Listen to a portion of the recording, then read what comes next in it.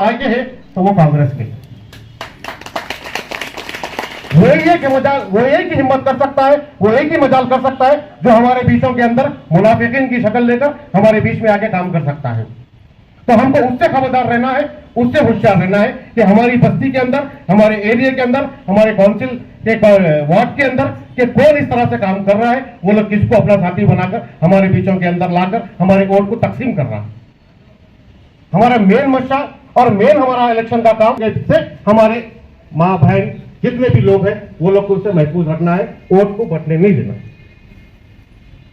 वो एक ही जना है जो हमारे बीच में आ सकता है। मुकाबला हमारा बीजेपी से, लेकिन साथ साथ किससे रहना है? कांग्रेस से।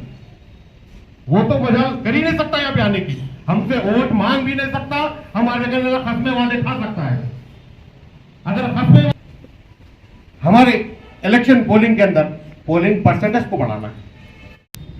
जलपल्ली एरिया और खासकर महेश्वरम हल्के के AIMIM मजलिस मुस्लिमीन के सदर हमारे अहमद सादी साहब, इस बल्दिया जलपल्ली के चेयरमैन अब्दुल्ला सादी, जो हमारी जमात से यहाँ हमारे पार्टी के सदर इकबाल बिन खलीफा साहब, और यहाँ के वाइस प्रेसिडेंट यूसुफ पटेल साहब, और तमाम म्यूनसिपाल्टी के बल्दिया जलपल्ली के तमाम जो भी यहाँ पे काउंसलर, और हमारे हिमायन पार्टी के हमारे यहाँ के सदर और यहाँ के इंचार्ज जो भी यहाँ पर इस जलसे में यहाँ पे शामिल हुए, सबका शुक्रगुजार हूँ। मैं बोल सकता हूँ इस 40 साल में कभी भी हमारे दोनों मिलावट हुई, हिमायम और हमारी, कभी हार नहीं हुई, कभी जीतते हुए आ रही। माशाअल्लाह ये बात भी वही होगी, ये वक्त भी वही होगा। या बहुत बोलते बोलते थोड़े चीज़ों को मिस कर बैठा। असद साहब कभी भी बोलते कि हमारे काम हमारे पहचान है। असद साहब कहीं पे भी जाओ साफ बोलते हैं कि हमारा काम हमारे पहचान है। 5 साल में एक बार आने वाले बहुत बोलते, 5 साल में एक बार आने वाली जमात सियासत बोलती, पर 5 साल में जो अपनी बुनियादी मुश्किलात तो अपने बीच में रह के जो भी लीडर उसका हल निकाला, जो 5 साल में हर चीज के लिए जो आपके बीच में है, सिर्फ दो लोग हैं, एक असदुद्दीन ओवैसी और दूसरे सबिता इंद्रा रेड्डी। ये दोनों चीज का याद रखना। वो 5 साल में अपना जलपल्ली म्यूनसिपालिटी का क्या हाल था, पानी का क्या हाल था, रोडों का क्या हाल था, एक बार याद रख लेना।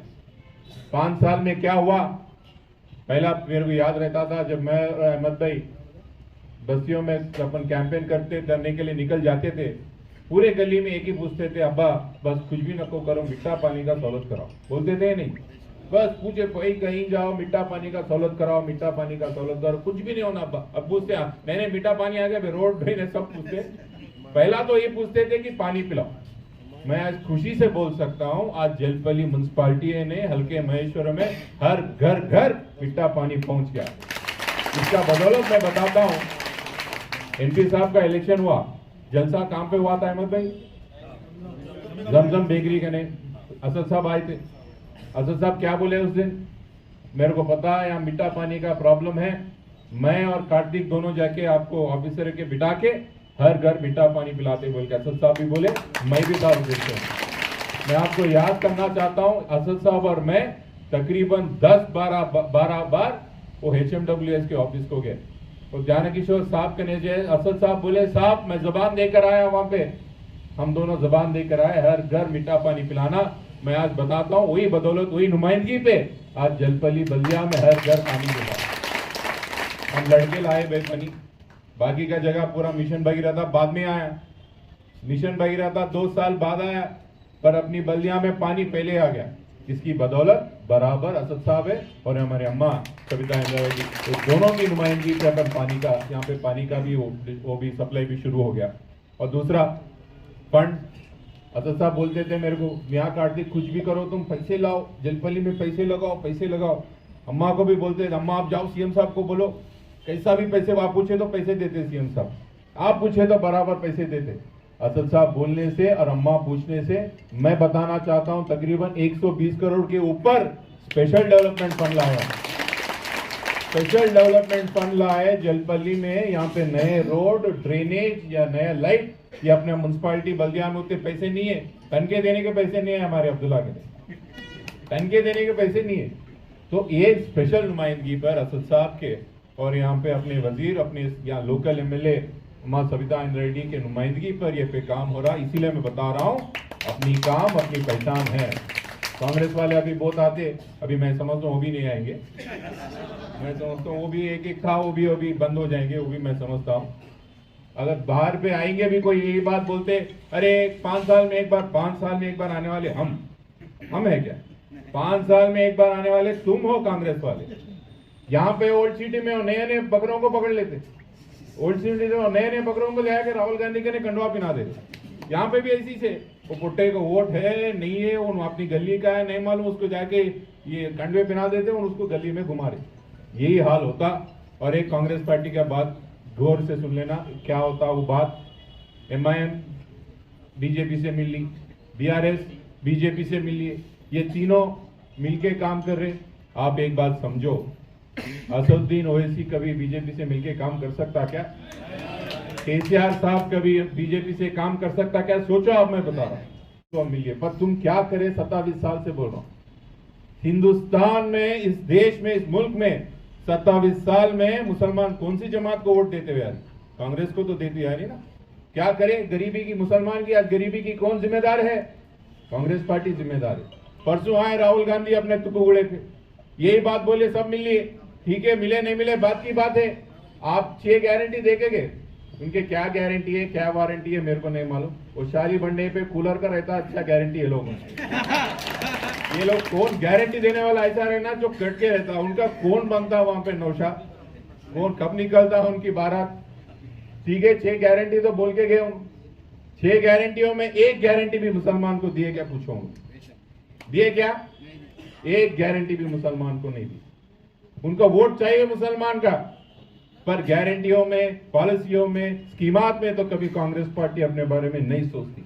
ये बात भी पूछना कोई और, यहाँ पे मेरे को, मैं समझता हूँ जलपल्ली में तो कोई रहेंगे भी नहीं पूछना, मेरे को तो भरोसा से बोल रहा हूँ, मेरे को भी इस एरिया का तजुर्बा है, मेरे को पता है एमआईएम कैसा काम कर सकती। मैं बराबर बोल रहा हूँ यहाँ पे वन साइड इलेक्शन होने वाला है, वन साइड इलेक्शन होने वाला है बराबर। अम्मा और एक बार जीतेंगे, असद साहब का इज्जत बढ़ाना। मैं क्या बोल रहा हूँ सुनिए आप एक बात, अभी या बहुत बात बोल दिए, ये अपनी जमात की बात वो है, ये वो भी रहेंगे बात बहुत सारे, पर असद साहब का इज्जत बढ़ाना है ना आपको, असद साहब का इज्जत बढ़ाना है।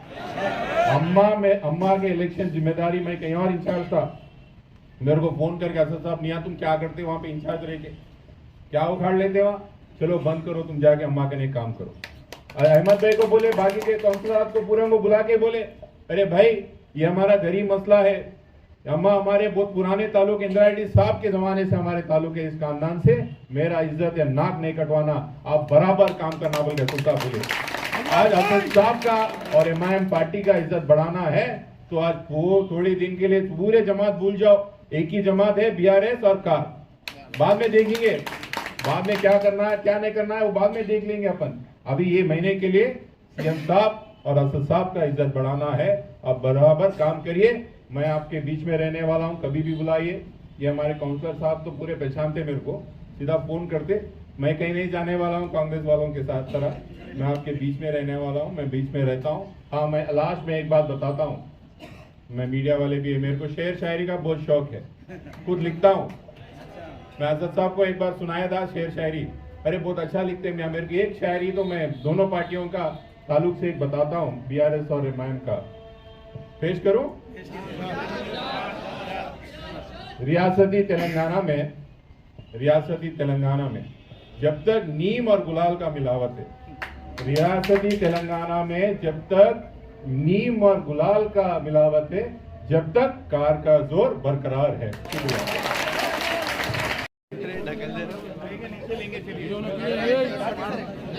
यहाँ पे आइए, आप सभी साथियों का शुक्रगुजार है जिन्होंने,